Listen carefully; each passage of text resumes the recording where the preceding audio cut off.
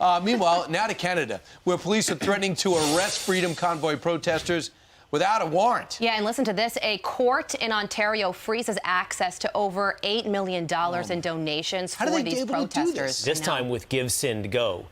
Jeff Flock from our sister network, Fox Business, joins us live on the ground in Ottawa from inside the Freedom Convoy. Jeff?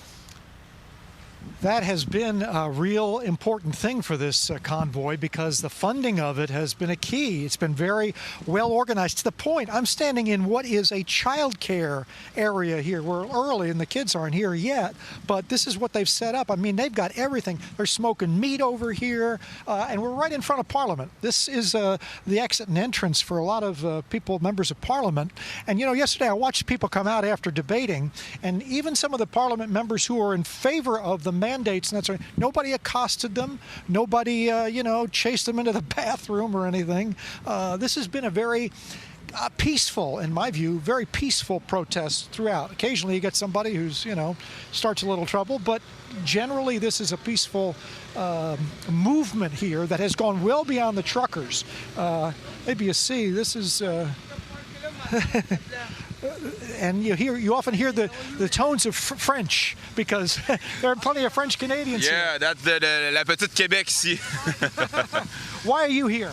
To get our freedom back. I don't want to raise my kids with masks and QR codes, so that's why we're here. What are you making this morning? Bacon and eggs. I just started, so I'm cooking the bacon first, and we have plenty of eggs. So it sounds like you're here for the long haul. Yeah, I'm here since day one, so it's been 15 days. We're in Ottawa right now. I'm with my wife and kids, so we're here to stay. You feel very deeply about this to make that kind of a commitment. Yeah. Like we're all in this together, but people don't realize how we struggling in this, and we need a QR code for this or QR code for that, and so it's like too much. Yeah, it's too much. And the pressure we have to get vaccinated, there's something about it that just don't work. Are you vaccinated? It's medical information. It's not of your business. Okay, that's a fair answer. Yeah, but you just don't want to be mandated. Yeah, that's it. I just don't want to end all the mandates, and it's going to be all right. Got it. I appreciate it. Yeah. I'll let you get back to breakfast. Thank you. Thank you. You can just walk up to pretty much anybody here, and they've got something to tell you. Their passion, carrying Canadian flags, as I see this gentleman here, right here. Tell me why you're here, sir. I'm a 60-year-old grandfather who's been fired from his job by General Motors of Canada on December 12th. They told all non-vax people to just leave. They've cut us all out. My 31-year-old son has lost his job. He will be in April. He's been told he's gone because he's not vaxxed. And my daughter, who was pregnant in the fall and being asked to vax, had to leave early and give birth to a child prematurely after the government was harassing her to take the vaccine. So my family has been impacted in hundreds of thousands of dollars. My son-in-law has his own business, consulting business, and he's losing tens of thousands of dollars. The government has decided to punish their people, and I'm here to stop it. You feel very passionate about this. I will die to protect my family and my children from overreach by the government. I'm here for peace, for love, and satisfaction of people living in a country in unity. And this Mr. Trudeau does not deserve the title of Prime Minister. He is an insult to Canadians. I just want to know how far Mr. Trudeau would go if somebody took the food off of his table, because that's how far I'm going to go, Mr. Trudeau. Mark my words, Mr. Trudeau. Sir, I appreciate very much you sharing your story. I can see the emotion. Thank you. No one could say it better, perhaps, in terms of a spokesman for this group. And that's just a guy I walked up to. I hadn't talked to him before.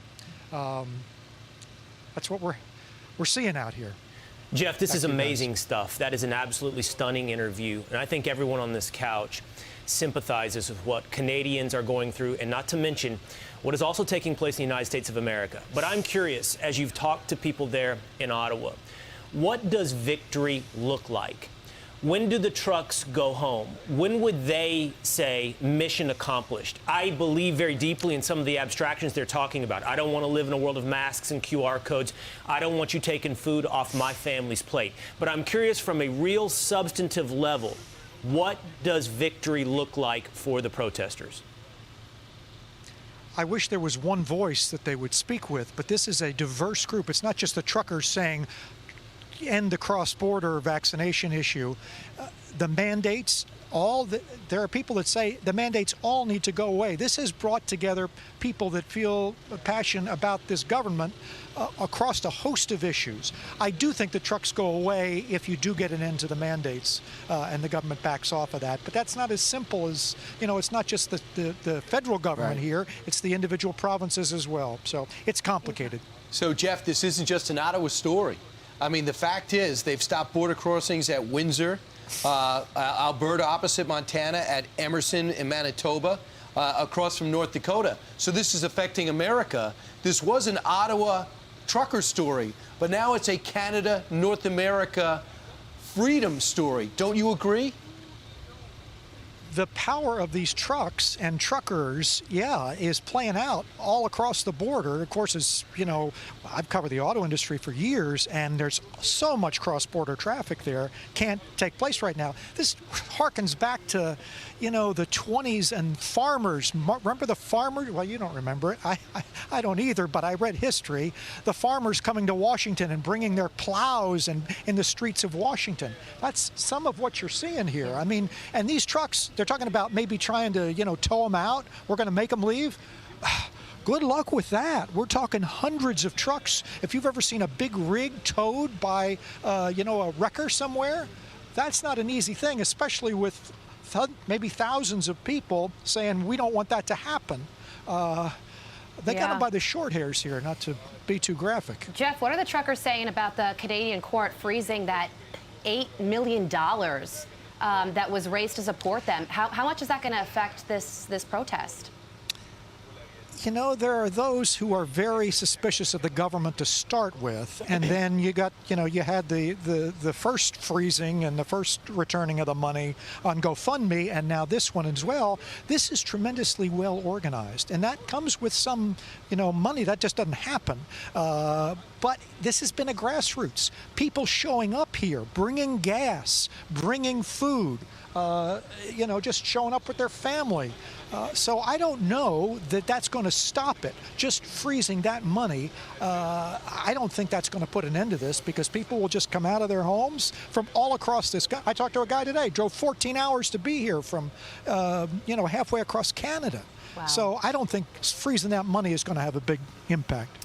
Just a stunning, excellent report. Great to talk to you. Great to hear those voices from Canada this morning. Thank you, Jeff. Hi, everyone. I'm Brian Kilmeade. I want you to do me a favor. I want you to click to subscribe to the Fox News YouTube page. This is the only way that I know for sure that you're not going to miss any great commentary, any great news bites, any great interviews coming your way on Fox. You can get it all here on YouTube. So subscribe right now.